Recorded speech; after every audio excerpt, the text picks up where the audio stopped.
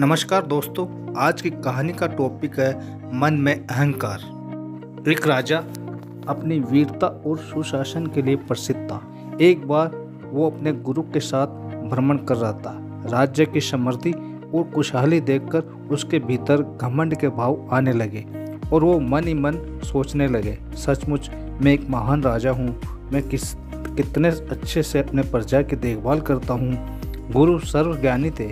वे तुरंत ही अपने शिष्य के भाव को समझ गए और तत्काल उसे सुधारने का निर्णय लिया। रास्ते में ही एक बड़ा सा पत्थर पड़ा था। गुरुजी ने सैनिकों को उसे तोड़ने का निर्देश दिया। जैसे ही सैनिकों ने पत्थर के 2 टुकड़े किए, एक अविश्वसनीय दृश्य दिखा।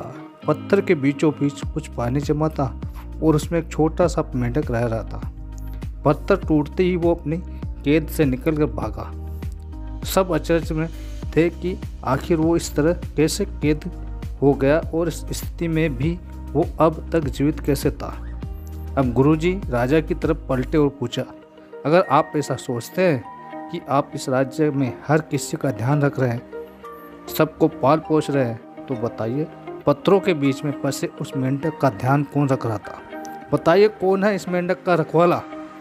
राजा को अपनी गलती का एहसास हो चुका था। राजा को अपने अभिमान पर पछतावा होने लगा।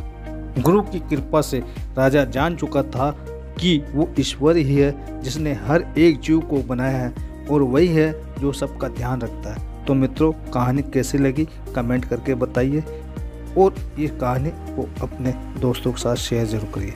तो इस कहानी से हमें शिक्षा ये मिलती है कि कई बार अच्छा काम करने पर मिलने वाले यश और प्रसिद्धि से लोगों के मन में अहंकार घर कर जाता है और अनंत यही उनके अपयश और दुर्गति का कारण बनता है। अतः हमें ध्यान रखना चाहिए कि हम चाहे इस जीवन में किसी भी मुकाम पर पहुंच जाए, कभी घमंड न करें और सदा अपने अर्थपूर्ण जीवन के लिए उस सर्वशक्तिमान ईश्वर के कृतज्ञ रहें।